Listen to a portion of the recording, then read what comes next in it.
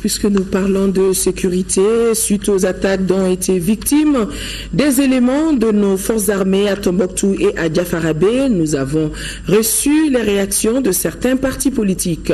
Le Parti africain pour la solidarité et la justice, ADEMA PAJ, l'Union pour la République et la démocratie, URD, et le Centre malien condamnent avec fermeté ces attaques terroristes qui compromettent le processus de paix. Ils présentent leurs condoléances aux familles des disparus et souhaitent un prompt rétablissement aux blessés. Suite au naufrage d'une pirogue quittant Mopti pour Niafunke, survenu le 2 septembre 2015 ayant occasionné la mort d'une dizaine de personnes, le ministre des Affaires religieuses et du culte adresse au nom du président de la République, du gouvernement et de l'ensemble du peuple malien ses condoléances les plus attristées. Et justement, suite au naufrage de cette pinasse, le collectif Agir pour le cercle de Youarou, l'ADEMA PAJ, l'ADP Maliba, l'URD, dans des communiqués déposés à notre rédaction, présentent leurs condoléances aux familles endeuillées et demandent que toute la lumière soit faite sur les circonstances de cet accident.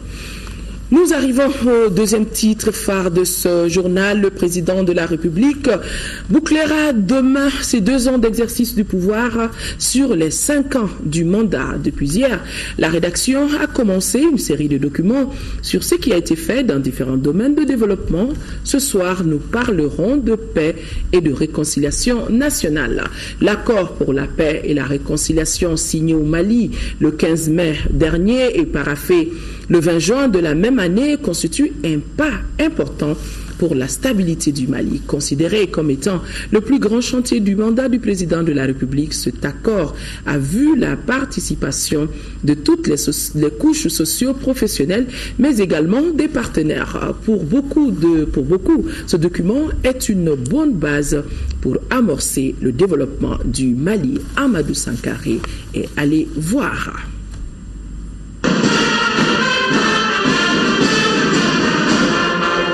La réconciliation nationale demeure la priorité la plus pressante. Nous enclencherons les actions appropriées pour forger les solutions robustes en vue d'une paix durable afin que nous sortions définitivement de la répétition cyclique des crises dans le nord de notre pays. Depuis la date du 4 septembre 2013, le chrono de la paix et de la réconciliation a commencé à tourner pour le président de la République, Ibrahim Boubacar Keïta. À l'intérieur, tout comme à l'extérieur du pays, la diplomatie malienne a été mise en branle. Ce qui aboutira à la signature le 24 juillet 2014 entre le gouvernement et les groupes armés d'une feuille de route à Alger. Chers frères et sœurs du mouvement, chers compatriotes, nous voici donc à un moment crucial où seule la traduction effective de nos sublimes idées dans le concret peut justifier que nous nous retrouvions ici aujourd'hui. À partir de cet instant, en tant que chef de file de la médiation internationale, l'Algérie met tout son poids dans la balance pour réussir cette mission difficile. Dans ce genre de situation, il ne peut véritablement y avoir ni vainqueur ni vaincu. Ce n'est ni possible ni souhaitable. En réalité, avec un accord de paix, c'est le terrorisme qui sera perdant. Et en l'absence d'accord de paix, c'est le terrorisme qui continuera à marquer des points. Et c'est ainsi qu'après de multiples va-et-vient entre Bamako et Alger, un accord pour la paix et la réconciliation au Mali a été signé le 15 mai 2015 par le gouvernement, certains mouvements et des partenaires en présence d'une quinzaine de chefs d'État et de gouvernement. 37 jours après cet acte historique, précisément le 20 juin, c'est au tour de la coordination des mouvements de l'Azawad CMA de prendre le train de la paix en marche. Et tous se réjouissent de cette avancée. Nous rendons hommage au gouvernement malien qui a œuvré à réaliser ce que tous les gouvernements précédents n'ont pu réussir, à savoir une issue hautement porteuse d'espoir pour régler un conflit devenu étonnement récurrent. Le résultat de cette bonne volonté et de cet engagement est aujourd'hui là. Un accord qui n'est certes pas parfait, mais un accord constituant une base de travail pour entamer un processus complémentaire sur la base d'un dialogue direct, objectif, mais sans violence.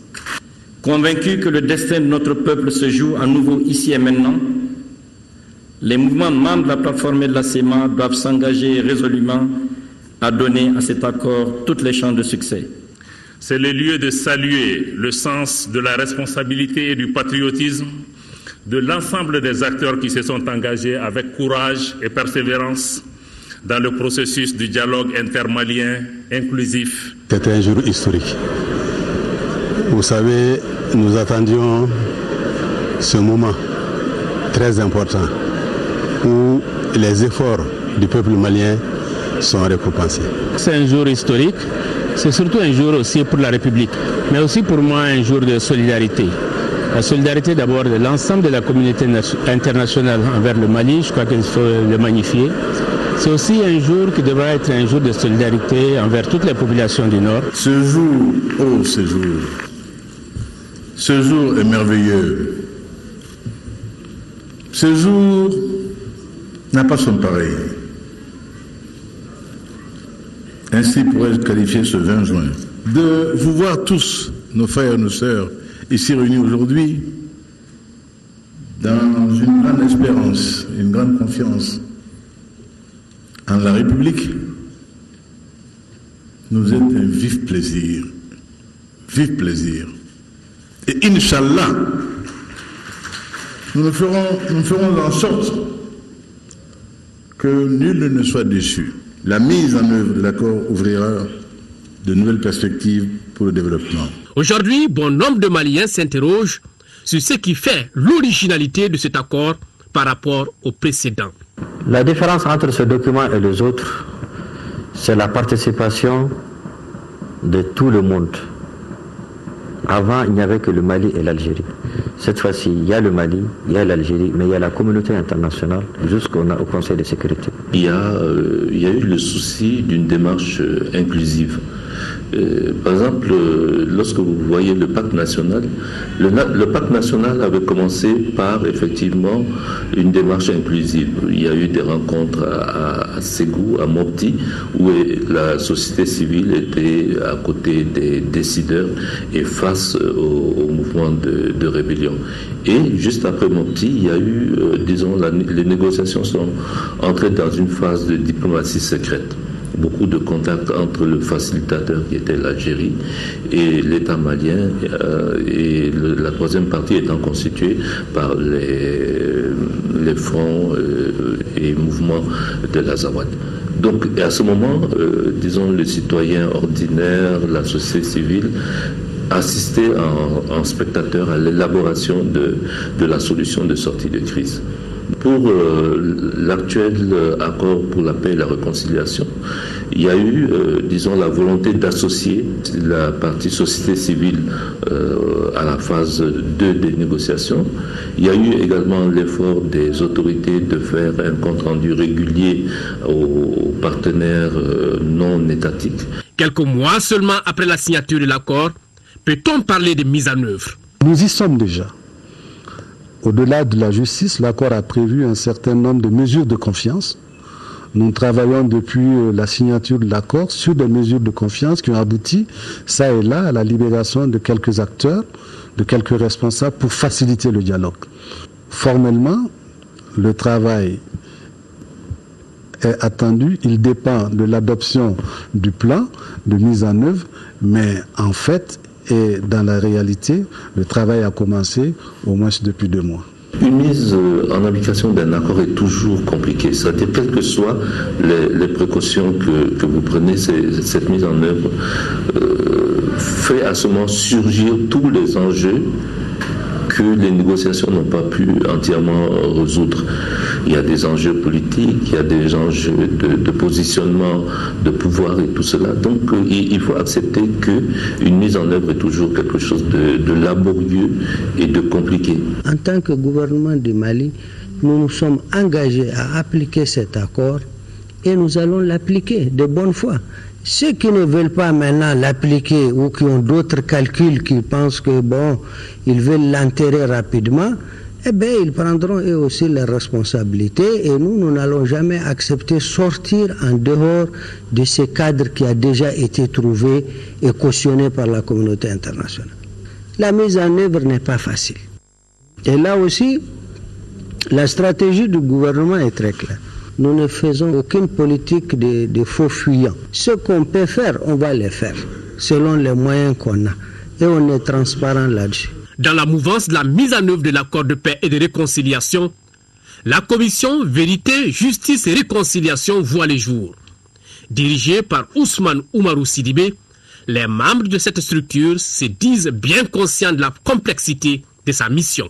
C'est un grand défi. C'est un défi énorme, mais je suis persuadé que ce défi, on pourra le surmonter. On pourra le surmonter, pas moi seul, avec les autres commissaires, qui, j'en suis sûr, seront assez représentatifs de l'ensemble de notre société.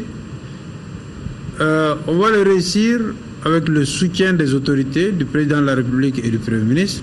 Pour la société civile, avec la signature de l'accord, un pas important a été franchi, mais beaucoup reste à faire.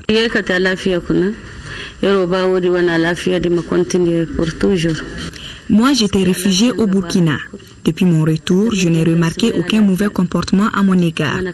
Au contraire, le jour de notre arrivée, nous avons été accueillis par le maire et les populations de notre commune.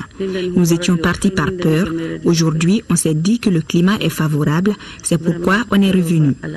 Cependant, tout n'est pas rose. Les enlèvements de véhicules, les braquages des biens d'autrui sont des actes qui entravent le processus de retour des autres.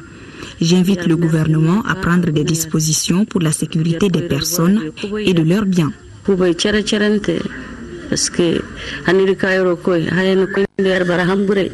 Pour saluer les efforts inlassables entrepris par le président Abdelaziz Bouteflika et à travers lui tout le peuple algérien, le président Ibrahim Boubacar Keïta a élevé le lundi 31 août 2015 M. Bouteflika à la dignité de Grand Croix de l'Ordre national du Mali. Je crois que tout Malien, conscient de tout l'enjeu autour de la question de la paix au Mali, me s'orgueille d'avoir en son nom élevé le président Bouteflika, notre grand frère, à la dignité de Grande Croix de l'Ordre national du Mali, qui est la plus haute distinction malienne, celle que je porte. Ce n'est qu'un dû. En retour, le président algérien a décerné la plus haute distinction de l'Algérie au président Keïta pour son engagement en faveur de la paix. Au-delà de la symbolique de la médaille, c'est l'argumentaire fondant ce mérite que mon aîné a bien voulu m'attribuer, qui m'a beaucoup touché. L'argumentaire qui a fondé cela. Malgré les difficultés du moment, il ne fait aucun doute que la paix reviendra au Mali, pourvu que chacun y mette du sien.